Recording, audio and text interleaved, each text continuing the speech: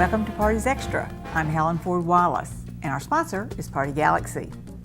In the Oklahoman's video studio today is Patrick Gaines and Chuck Shirley, co-chairmen of the Boots and Bourbon Bricktown Rotary Foundation event, and Julia Baker, Epic Events Coordinator. Welcome you all. Glad to be here. Well, and how much fun you're going to have at this fundraiser. Right, yeah, this is our annual event that we have that helps fund our foundation, the Bricktown Rotary Foundation, which we use for all of our recipients throughout the year and the different projects that we do around Oklahoma City. And so this year we're doing the Bricktown Rotary Boots and Bourbon Booze Bash, and it's at the History Center on September 15th. And it is a great event. We have a lot of food, a lot of bourbon. We will have wine. The craft brewers will have some of their beer there from the local craft brewers. And it's just a good way for everybody to get together and help raise money for our foundation. Well, it used to be called something else. It used to be called the Days of Wine and Rotary. And we've had the Days of Wine and Rotary for 12, 13 years. And as it's a rebrand. It's a rebrand. You know, trends have changed, and bourbon tasting, Scotch tastings are very popular. We want to make sure that when we're doing this event, we do what the people want and do something that's relevant and up to date. So we're going to try the bourbon tasting this year and see what we can get and give some people some variety. And so the bourbon, let's talk about what bourbons you have, because the names of them are kind of interesting. Bullet bourbon? Bullet. Yeah, we have Bullet Bourbon. We have Few, F-E-W, Few. Few bourbon. Few bourbon. We've got in our VIP area, we've got a Bullet 10-year. A Few bourbon whiskey is in there, and then the other two are Old Forester. Old Forester. Yes. Which you were familiar with, Yes. but I had not heard of. So Yeah. Good stuff. good stuff. So that's why it's in the VIP area. So we have some 16 years. We've got quite a variety, so it'll be a nice tasting. And then who brings the wine and the beer? We have local reps Come from with around that. Oklahoma, and they'll come with them and talk about them and explain, the different types that they have and the different flavors, and just kind of explain to everybody what they're serving. We want to make sure people kind of get the full experience and get to know what they're drinking. And these tastings, people really like to talk about them and find out what they are and the differences between the two and everything, or the different types. So. Cool. Yeah. You have the drinks covered, sounds to me like. All the drinks covered. We've got We the have drinks all up. the We options. do. Yeah, and if somebody doesn't like bourbon, then we have wine and we have beer. So, there's a lot of variety, and we even have water. I think. Love water. Bring in some water, yeah. Right.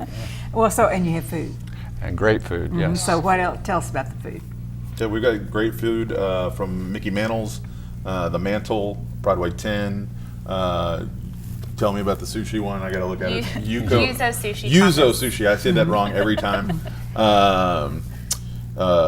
Bricktown Brewery is coming, and we've got a couple others. Nux Nux Fieldhouse coming. Nux is coming. Deep Fork Group is coming. So it's Bricktown. A lot of Bricktown. A lot of stuff kind of in the area. We like to try to keep that group and help them promote their stuff, because they help us out so often with the things we do. So we try to get them out and help them market their either new dishes or their craft beer, or the things that really help them connect with customers. So. And you have music? We do. Muscadine Jelly. That's a funny name. What to say? Yes. I like it. And they are a local band around. Most of them are from Norman, but they play at JJ's Alley quite a bit, and they're a great band, sort of, red dirt type stuff. And we had them last year. Everybody really enjoyed them. It'll be fun. They'll be playing. It just works with your theme. It's a great theme, and they work well in the History Center. And you have a silent auction, and then you also have the first 200 guests get a party favor. Yeah. I thought that was kind of We cool. get glasses, so everybody, the first 200 guests will get a tumbler with the logo on there and logo of our sponsor. And, it's great. We kind of collect them over the years, so Great. everybody will get to take home something. Hopefully they'll get to take home a lot of auction items as well. Tell us about the auction, Jude. We have a lot of auction items. This year we're doing a silent auction instead of a live.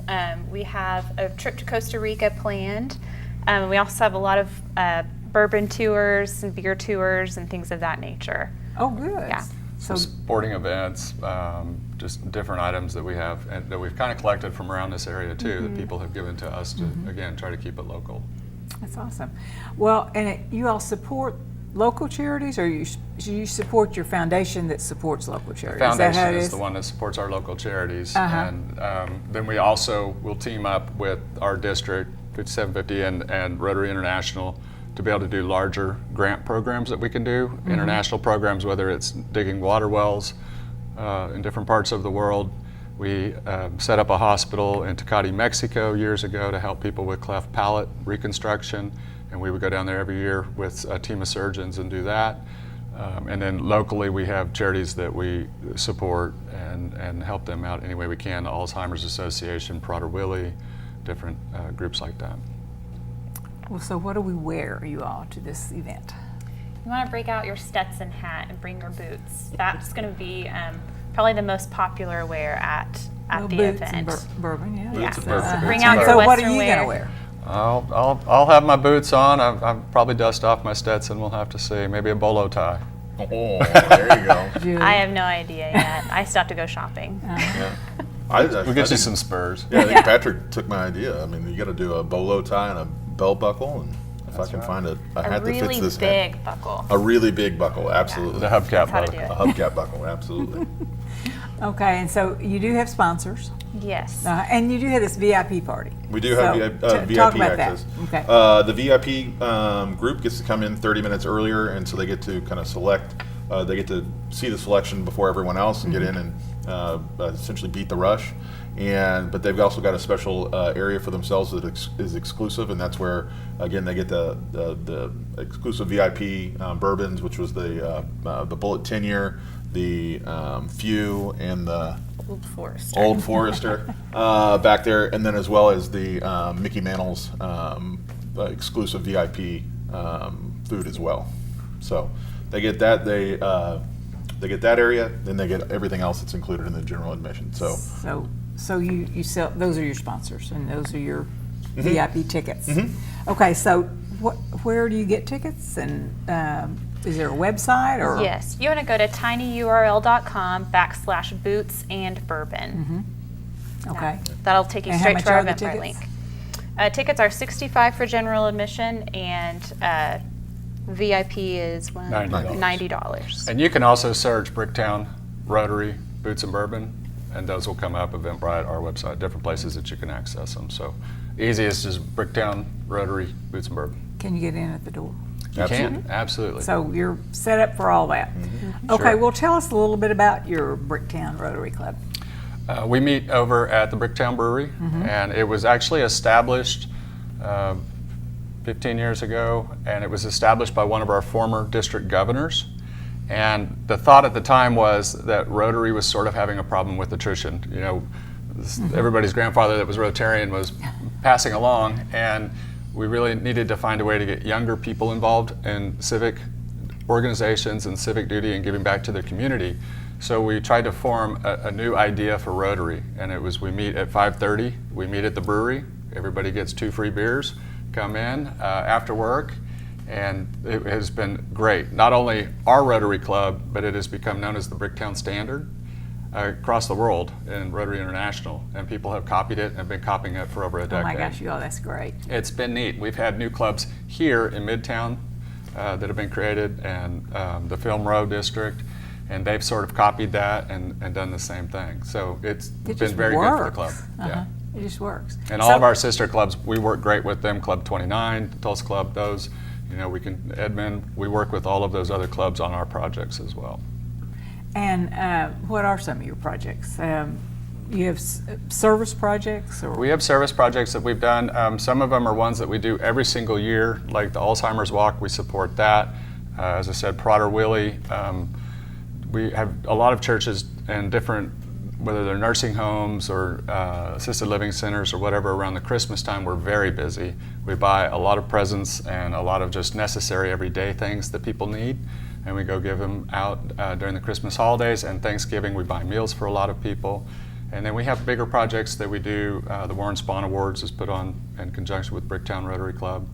And then we're always looking for other projects that we can partner with that are worldwide projects, like Eradicate Polio, digging water wells, our shelter box program that we have. So we have a lot of different things that we use.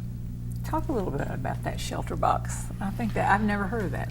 Yeah, Shelterbox is an organization that started over in England. A Rotarian started it, and the Shelterbox was designed for areas that have gone through some sort of disaster, and people need relief. And usually, the people that are displaced, they don't have anywhere to go, and they don't have anywhere to stay.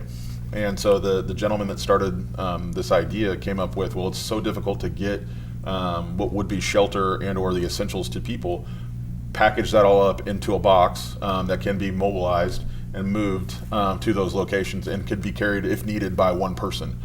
So each shelter box, as you can see, can sleep 10. It comes with a stove, water filtration, basic tools and essentials, and it goes out all over the world. They're deployed all over the world.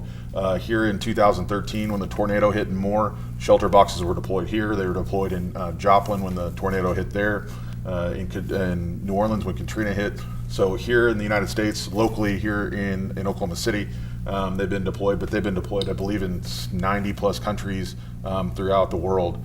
Somebody has received Shelterbox to help them, kind of transition from the immediateness of that disaster and being displaced and not having the essentials to survive. And you'll have one on display. They send us one that we can set up. And we set it up at the History Center, and we do part of the silent auction that we're doing allows people to contribute money to help purchase a shelter box or multiple shelter boxes. Last year, I think we raised enough money to buy 3 of them. By 3, yeah. 3. And it's very important to have the shelter box there so that people can actually see hands-on what we do and hands-on where their contribution is going to. So we really like having the shelter box there. If we could find a way to bring physical objects of everything we do and put it in that room, we would certainly love to do it. Of course, we have information at the event talking about the different things that we do and the different charities that we benefit. So the shelter box is always exciting though. We just have to keep people out of it. Well, yeah, they want to try it out. Right. We didn't talk about decorations. Yeah, we're going to be decorating at the event. It's going to be kind of simple because we want as much bourbon and food space as possible. So we're actually decorating this year with bourbon bottles in the middle of the table, and they'll have flowers in them. So it's going to be fun decor to match the event. So we're really excited. We try to save all of our money to go back to our charities and not spend it on a whole lot of decorations. So we try to keep it simplistic, and other groups have helped, donating some of the dresses and stuff like that. So. How about anything else that you want to talk about Rotary, or you want to talk about the event, or? Well, we just would encourage people to come. It's a great event. How many people usually come? We usually have over 250. Usually 250 to 300. Yeah, 250, 300. Grows every year, probably. Yeah. It has grown. We've had it in the Hall of Mirrors. We've had it at the History Center. We've had it at Homestead. So we've had it in different locations all over the place, and it's been great getting to go to the different places. The History Center has been very good to us, and beautiful looking over at the Capitol, even with its construction. So it's a wonderful event, and it's something I would encourage people to look up. And if they can't come that day, we would love their contribution or love for them to get involved in Rotary. They can come to our Rotary Club or at 5:30 on Mondays at the Bricktown Brewery or any other Rotary Club. There's one that meets every day. Oh, I bet that's the truth. There is, and when we travel, we always go and visit other Rotary clubs, which is a lot of fun because you get to see what they're doing in their area, what their needs are in their area, different ideas. So, every time I travel, I always go to another Rotary club. I think most Rotarians do. Yes, they do. That's awesome. Yep. Which is great because our club, we always have 1 or 2 people that are our meetings that are from out of state, somewhere else. Okay, anything else? Did we say the day? September 15th? September 15th. Friday, September 15th? What time? VIP doors open at 7 and general admission doors open at 7:30. And Oklahoma till History 11. Center, do we have an address for that? We do. It's 800 Nazizudi Drive. Okay. Yep. Great. Okay, well, thanks Patrick, Chuck, and Julia for getting us ready for this amazing new old event, I guess. Everyone should polish up their cowboy boots and get ready to party. This will be a great time. Thanks you all. Appreciate your time. Thanks. Thank you.